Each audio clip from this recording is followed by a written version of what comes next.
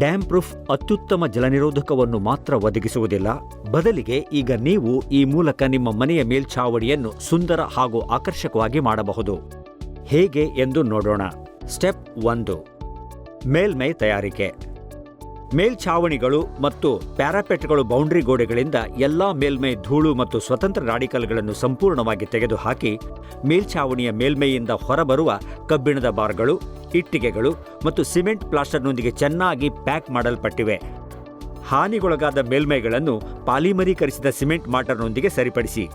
ಮೇಲ್ಮೈ ಬಿರುಕುಗಳನ್ನು smart care crack seal polymer ಮಾರ್ಪಡಿಸಿದ ಮಾರ್ಟರ್ನೊಂದಿಗೆ ಸಂಪೂರ್ಣವಾಗಿ ತುಂಬಿಸಿ.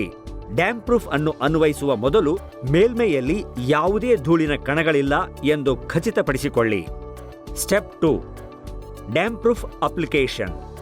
30% ನೀರನ್ನು ಡ್ಯಾಮ್ ಪ್ರೂಫ್ನಲ್ಲಿ ಮಿಶ್ರಣ ಮಾಡುವ ಮೂಲಕ ಬ್ರಷ್ ಇಲ್ಲ ರೋಲರ್ ಸಹಾಯದಿಂದ ಲೀಟರ್ಗೆ 50 ಚದುರ ಅಡಿ ಕಡ್ಡಾಯವಾಗಿ ಸೆಲ್ಫ್ ಪ್ರೈಮಿಂಗ್ ಕೋಟ್ ಅನ್ನು ಅನ್ವಯಿಸಿ ಮತ್ತು ತೆರೆದ ಸೂರ್ಯನ ಬೆಳಕಿನಲ್ಲಿ 4 ರಿಂದ 6 ಗಂಟೆಗಳ ಕಾಲ ಒಣಗಲು ಬಿಡಿ.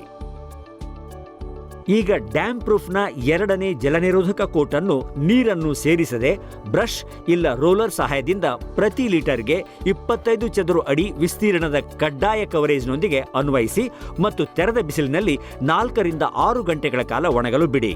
ಈಗ ಪ್ಯಾಟರ್ನ್ನ ಅವಶ್ಯಕತೆಗೆ ಅನುಗುಣವಾಗಿ ಡ್ಯಾಮ್ ಪ್ರೂಫ್ ಬಿಳಿ, ಬೂದು ಅಥವಾ ಟೆರಾಕೋಟಾ ಬಣ್ಣದ 3ನೇ ಮತ್ತು ಅಂತಿಮ ಜಲನಿರೋಧಕ ಕೋಟನ್ನು ನೀರನ್ನು ಸೇರಿಸದೆಯೇ ಬ್ರಷ್ ಅಥವಾ ರೋಲರ್ ಸಹಾಯದಿಂದ ಪ್ರತಿ ಲೀಟರ್ಗೆ 25 ಚದುರ ಅಡಿ ಕಡ್ಡಾಯ ವ್ಯಾಪ್ತಿಯೊಂದಿಗೆ ಅನ್ವಯಿಸಿ.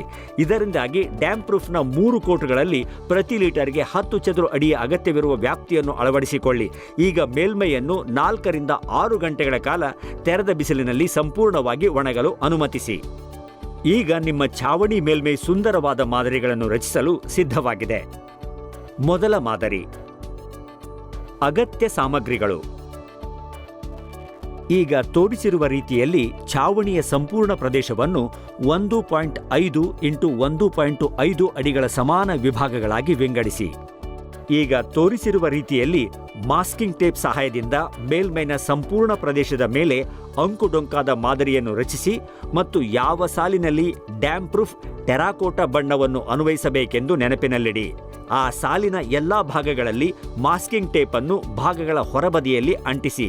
ಇದರಿಂದ ಎರಡೂ ಬಣ್ಣಗಳ ಸಮಾನ ಅಗಲವಾದ ಸಾಲುಗಳನ್ನು ಎಳೆಯಬಹುದು.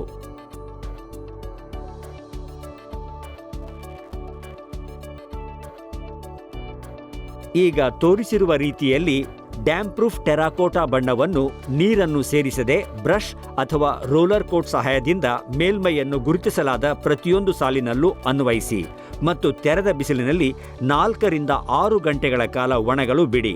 ಇದರ ನಂತರ ಎಚ್ಚರಿಕೆಯಿಂದ ಮಾಸ್ಕಿಂಗ್ ಟೇಪ್ ಅನ್ನು ತೆಗೆದುಹಾಕಿ. ಈಗ ನೀವು ಬಯಸಿದ ಮಾದರಿ ಸಿದ್ಧವಾಗಿದೆ.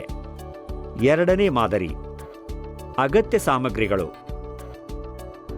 ತೋರಿಸಿದ ಮಾದರಿಗಳಲ್ಲಿ ಮೊದಲಿಗೆ ಸಂಪೂರ್ಣ ಛಾವಣಿಯ ಪ್ರದೇಶವನ್ನು 1.5 × 1.5 ಅಡಿಗಳ ಸಮಾನ ವಿಭಾಗಗಳಾಗಿ ವಿಭಜಿಸಿ.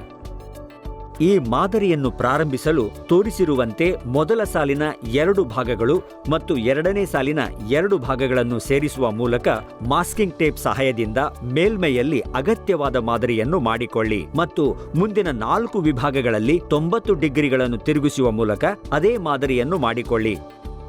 ಈಗ ಡ್ಯಾಮ್ ಪ್ರೂಫ್ ಟೆರಾಕೋಟಾ ಬಣ್ಣದೊಂದಿಗೆ ಅನ್ವಯಿಸಬೇಕು.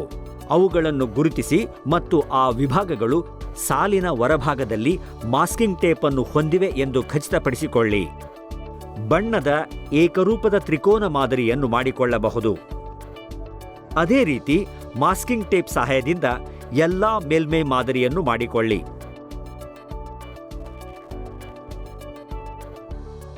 ಈಗ ತೋರಿಸಿದ ಮಾದರಿಗಳಲ್ಲಿ ಡ್ಯಾಮ್ ಪ್ರೂಫ್ ಟೆರಾಕೋಟಾ ಬಣ್ಣವನ್ನು ಗುರುತಿಸಿದ ತ್ರಿಕೋನ ವಿಭಾಗಗಳಲ್ಲಿ ನೀರನ್ನು ಸೇರಿಸದೆ ಬ್ರಷ್ ಅಥವಾ ರೋಲರ್ ಸಹಾಯದಿಂದ ಅನ್ವಯಿಸಿ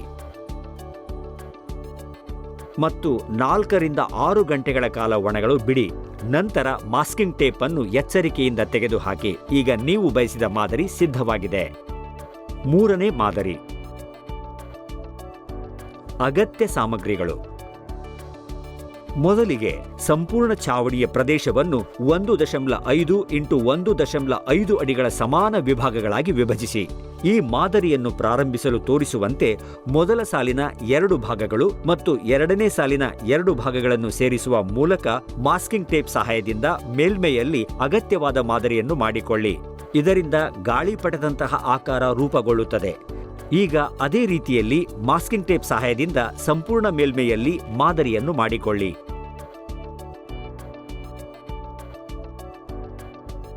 ಈಗ ಡ್ಯಾಮ್ ಪ್ರೂಫ್ ಟೆರಾಕೋಟಾ ಬಣ್ಣವನ್ನು ಗುರುತಿಸಲಾದ ವಿಭಾಗಗಳಲ್ಲಿ ನೀರನ್ನು ಸೇರಿಸದೆ ಬ್ರಷ್ ಅಥವಾ ರೋಲರ್ ಸಹಾಯದಿಂದ ಅನ್ವಯಿಸಿ ಮತ್ತು 4 ರಿಂದ 6 ಗಂಟೆಗಳ ಕಾಲ ಒಣಗಲು ಬಿಡಿ. ಇದರ ನಂತರ ಎಚ್ಚರಿಕೆಯಿಂದ ಮಾಸ್ಕಿಂಗ್ ಟೇಪ್ ಅನ್ನು ತೆಗೆದುಹಾಕಿ.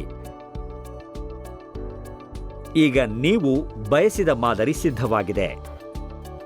ಮಾದರಿ 4. ಅಗತ್ಯ ಸಾಮಗ್ರಿ.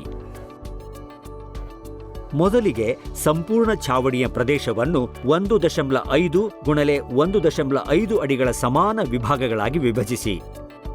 ಈ ಮಾದರಿಯನ್ನು ಮಾಡಲು ಒಂದು ವಿಭಾಗವನ್ನು ಹೊರತುಪಡಿಸಿ ಹೊರಗಿನಿಂದ ಪ್ರತಿಯೊಂದು ವಿಭಾಗದ ಸುತ್ತಲೂ ಮಾಸ್ಕಿಂಗ್ ಟೇಪ್ ಅನ್ನು ಅನ್ವಯಿಸಿ ಮತ್ತು ಸೀಲಿಂಗ್ನ ಸಂಪೂರ್ಣ ಪ್ರದೇಶದ ಮೇಲೆ ಅದೇ ರೀತಿಯಲ್ಲಿ ಮಾಸ್ಕಿಂಗ್ ಟೇಪ್ ಅನ್ನು ಅನ್ವಯಿಸುವ ಮೂಲಕ ಮಾದರಿಗಳನ್ನು ಮಾಡಿಕೊಳ್ಳಿ.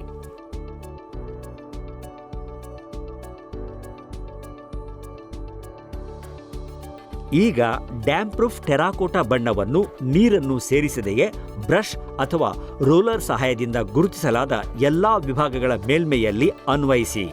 ಇದರ 4 ಸುತ್ತಲೂ ಹೊರಗಿನಿಂದ ಮಾಸ್ಕಿಂಗ್ ಟೇಪ್ ಅನ್ನು ಅನ್ವಯಿಸಿ ಮತ್ತು ತೆರೆದ ಬಿಸಿಲಿನಲ್ಲಿ 4 ರಿಂದ 6 ಗಂಟೆಗಳ ಕಾಲ ಒಣಗಲು ಬಿಡಿ. ಈಗ ಮಾಸ್ಕಿಂಗ್ ಟೇಪ್ ಅನ್ನು ಎಚ್ಚರಿಕೆಯಿಂದ ತೆಗೆದುಹಾಕಿ.